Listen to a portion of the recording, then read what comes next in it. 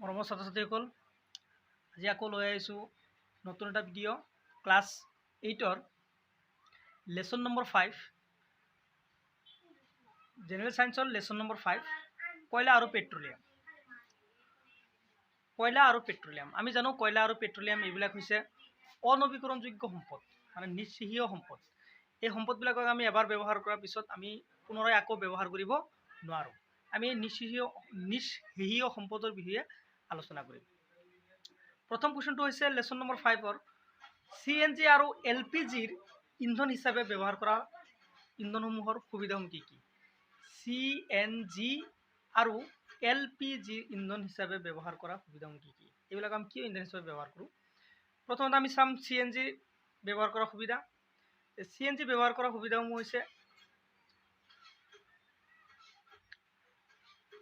ইয়াক নলীৰ মাজেদি সহজতে পৰিবহণ কৰিব পাৰি। যিকোনো এটা নলীৰ মাজেৰে আমি ইয়াক সহজে পৰিবহণ কৰাই দিব পাৰি। দ্বিতীয়তে ইয়াৰ সুবিধাসমূহ হৈছে ই কম বায়ু প্ৰদূষক। মানে ইয়াক ব্যৱহাৰ কৰাৰ আৰু এটা সুবিধা হৈছে ই পৰিৱেশ প্ৰদূষণ খুব কম পৰিমাণে কৰে। কয়লা পেট্ৰলিয়াম আদিৰ দৰে ই প্ৰদূষণ নকৰে। আৰু এটা হৈছে ই তুলনামূলকভাৱে পৰিষ্কাৰ ইন্ধন। এটা কি হয়, আমি স্বাভাৱিকতে বাকী ইন্ধনবিলাকৰ তুলনাত এইটো এটা পৰিষ্কাৰ ইন্ধন হয়। এতিয়া আমি পঢ়িম LPGৰ ব্যৱহাৰৰ সুবিধা। আমি LPG কিয় ব্যৱহাৰ কৰিব লাগে, ই ব্যৱহাৰ কৰাৰ সুবিধাসমূহ কি কি, ইয়াক আমি ব্যৱহাৰ কৰিলে কি কি সুবিধা পাওঁ চাওঁ। যে LPG ইন্ধনসমূহ চিলিণ্ডাৰৰ সহায়ত ইয়াক এঠাইৰ পৰা আন এঠাইলৈ কঢ়িয়াব পাৰি। ইয়াক আমি কি কৰিব পাৰি, যে চিলিণ্ডাৰ এটাত ভৰাই কিনেও আমি এঠাইৰ পৰা আন এঠাইলৈ লৈ যাব পাৰি। দ্বিতীয়তে প্ৰয়োজন অনুসাৰে ইয়াক কম বেছি পৰিমাণে ব্যৱহাৰ কৰিব পাৰি। যে বাকী ইন্ধনবিলাক এবাৰ জ্বলাই দিয়াৰ পিছত ই লাহে লাহে জ্বলি জ্বলি শেষ হৈ যাব, ইন্ধনটো শেষ হৈ যায়। কিন্তু ইয়াক আমি যিমানখিনি লাগে এইখিনি ব্যৱহাৰ কৰাৰ পিছত আকৌ ইয়াক আমি কি কৰিব পাৰোঁ, বন্ধ কৰি থৈ দিব পাৰোঁ, পিছত আকৌ ব্যৱহাৰ কৰিম, তাৰ পৰা ব্যৱহাৰ কৰিব পাৰিম। যেনেকুৱাকৈ চিলিণ্ডাৰত গেছ ভৰাই ৰাখিলে সেই চিলিণ্ডাৰ আমি প্ৰয়োজন অনুসাৰে ইয়াক আমি কি কৰিব পাৰিম, ব্যৱহাৰ কৰিব পাৰিম। তৃতীয়তে ইয়াক ব্যৱহাৰ কৰাৰ ফলত কম পৰিমাণে ধোঁৱা উৎপন্ন হয়। ই প্ৰায় কম পৰিমাণে ধোঁৱা উৎপন্ন হয়, ই ধোঁৱা উৎপন্ন নহয় ক'ব গ'লে। চ' এইখিনি আছিল আমাৰ কি CNG আৰু LPG ব্যৱহাৰৰ সুবিধা। এতিয়া আমাৰ প্ৰশ্নটো হৈছে ৰাস্তা বনাওঁতে আমি ওপৰৰ তৰফত যিটো পেট্ৰলজাত সামগ্ৰী ব্যৱহাৰ কৰা হয়, সেই সামগ্ৰীটোৰ নাম কি? এইটোৰ নাম হৈছে বিটুমিন। এতিয়া আৰু এটা কুৱেশ্যন, মৃত গছ গছনিৰ পৰা কয়লা কেনেকৈ সৃষ্টি হৈছিল বৰ্ণনা কৰা। যে আমি জানো কয়লা মৃত গছ গছনিৰ পৰা সৃষ্টি হয়। এই কয়লাসমূহ মৃত গছ গছনিৰ পৰা কেনেকৈ সৃষ্টি হৈছিল ইয়াক আমি কি কৰিম, আলোচনা কৰিম। যে আমি প্ৰায় 300 নিযুত বছৰ আগতে পৃথিৱীৰ নিম্নভূমিৰ জলাসমূহত বহুত অৰণ্য আছিল। যে কি আছিল, প্ৰায় 300 নিযুত বছৰ আগত এই পৃথিৱীৰ উপৰিভাগত কি আছিল, গছ গছনিৰ পৰিমাণ বেছি আছিল।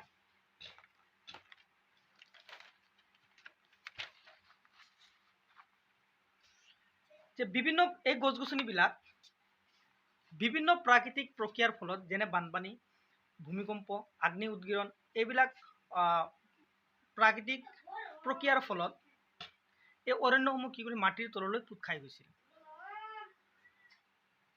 যাৰ ফলত এইবোৰ সংকুচিত হৈ যায় আৰু মাটিৰ তললৈ পোত খাই যায়। এইবিলাক গভীৰতাৰ পৰা গভীৰতৰলৈ সোমাই যোৱাৰ ফলত মৃত উদ্ভিদসমূহ লাহে লাহে কয়লালৈ ৰূপান্তৰিত হয়।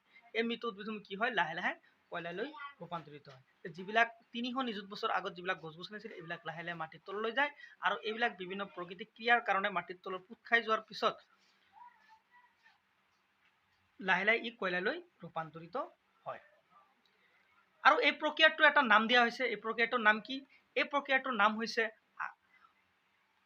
অংগাৰীকৰণ। এই প্ৰক্ৰিয়াটোৰ নাম হৈছে অংগাৰীকৰণ। এতিয়া কুৱেশ্যন নম্বৰ 4 আমি আলোচনা কৰিম খালী ঠাই। এই যিবিলাক ৰঙা পেনেৰে আঁচ দিয়া হৈছে, এইবিলাক আমাৰ খালী ঠাই আছিল। ইয়াত প্ৰশ্নটো আছিল এনেকুৱা, আৰু হৈছে জীৱাশ্ম ইন্ধন। কোনবিলাক জীৱাশ্ম ইন্ধন? বহুতো আছে। ইয়াৰ ভিতৰত আমাৰ লেচনত দিয়াৰ পৰা কয়লা, পেট্ৰলিয়াম আৰু প্ৰাকৃতিক গেছ, এইবিলাক হৈছে কি জীৱাশ্ম ইন্ধন। এইবিলাক আমি মৃত জীৱ জন্তুৰ পৰা সৃষ্টি কৰিব পাৰোঁ।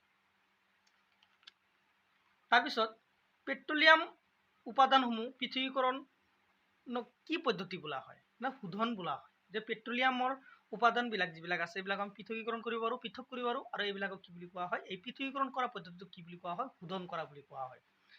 3 নম্বৰত গ নম্বৰত আৰু এটা কৈছে যে আটাইতকৈ কম পৰিবহণ কৰা যান বাহনসমূহ হ'ল CNG।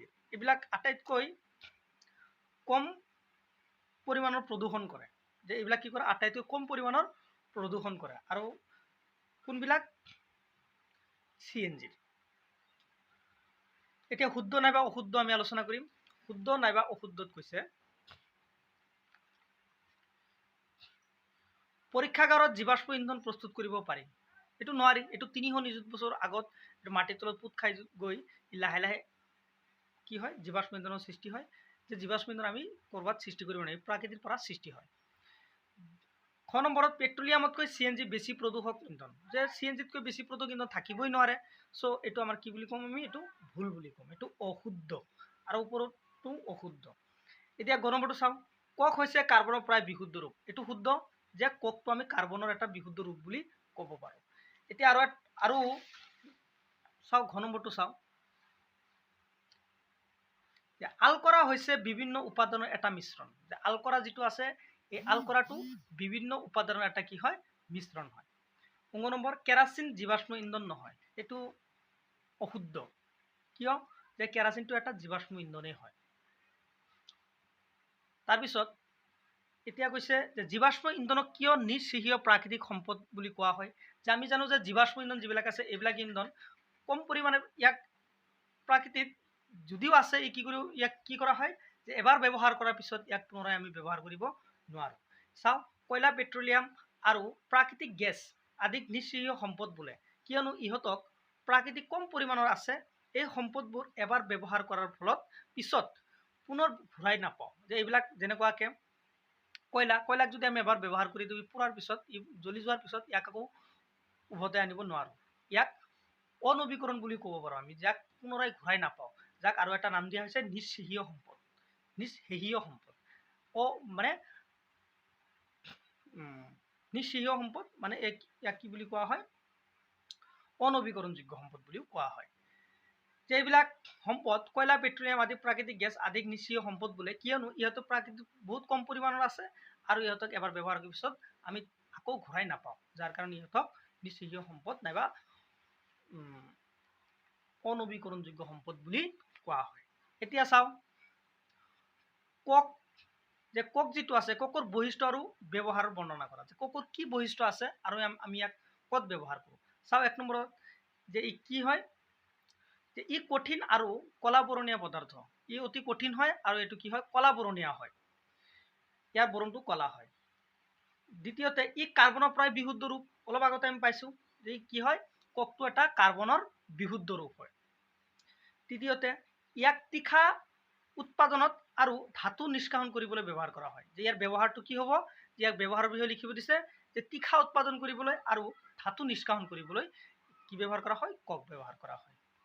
লাষ্টত আৰু এটা প্ৰশ্ন আছে, চাওঁ, যে কি প্ৰক্ৰিয়াৰ দ্বাৰা পেট্ৰলিয়াম সৃষ্টি হৈছিল। যে পেট্ৰলিয়ামো যিটো প্ৰক্ৰিয়াৰ দ্বাৰা সৃষ্টি হৈছিল, পেট্ৰলিয়ামে কিবা প্ৰক্ৰিয়াৰ দ্বাৰা সৃষ্টি হৈছে। চাওঁ কেনেকৈ, যে সমুদ্ৰত বাস কৰা জীৱসমূহৰ পৰা পেট্ৰলিয়াম সৃষ্টি হৈছিল। যে সমুদ্ৰত যিবিলাক জীৱ বাস কৰিছিল, এই জীৱসমূহৰ পৰাই পেট্ৰলিয়াম সৃষ্টি হৈছে বুলি কৈছে। যে এই জীৱসমূহ মৃত হোৱাৰ ফলত ইহঁতৰ পুত গৈছিল। যে যিবিলাক জীৱ আমাৰ কি হৈছিল, সমুদ্ৰত বাস কৰিছিল, এইবিলাক জীৱ মৃত হৈ মৰি গৈ, মানে মৃত হোৱাৰ ফলত ই বালিৰ তলত কি হৈছিল, পুত গৈছিল। আৰু বহু নিযুত বছৰ ধৰি যে অক্সিজেনবিহীন পৰিৱেশ, কি হৈছিল, অক্সিজেনবিহীন পৰিৱেশ পাইছিল বালিৰ তলত, আৰু প্ৰচুৰ তাপ আৰু আধ্যাত্মিক চাপৰ ফলত মৃত দেহবোৰ পেট্ৰলিয়ামলৈ ৰূপান্তৰিত হয়। যে কি কৈছে, যে সমুদ্ৰত যিবিলাক জীৱ বাস কৰিছিল, এই জীৱবিলাক বালিৰ তলত পুত গৈ, যে ইহঁতে অক্সিজেন নাপাইছিল, আৰু নাপাইছিল, ইহঁতে বহুত তাপ পাইছিল, উচ্চ তাপ পাইছিল, আৰু আধ্যাত্মিক চাপো পাইছিল, লগতে প্ৰচুৰ পৰিমাণৰ তাপো পাইছিল। এইবিলাকৰ ফলত ই মৃত জীৱদেহবিলাক কলৈ ৰূপান্তৰিত হৈছে, পেট্ৰলিয়ামলৈ ৰূপান্তৰিত হৈছে বুলি কৈছে। চ' এইখিনি আছিল আজি আমাৰ ক্লাছ 8 জেনেৰেল ছায়েন্সৰ লেচন নম্বৰ 5ৰ কুৱেশ্যন প্লাছ এনচাৰ।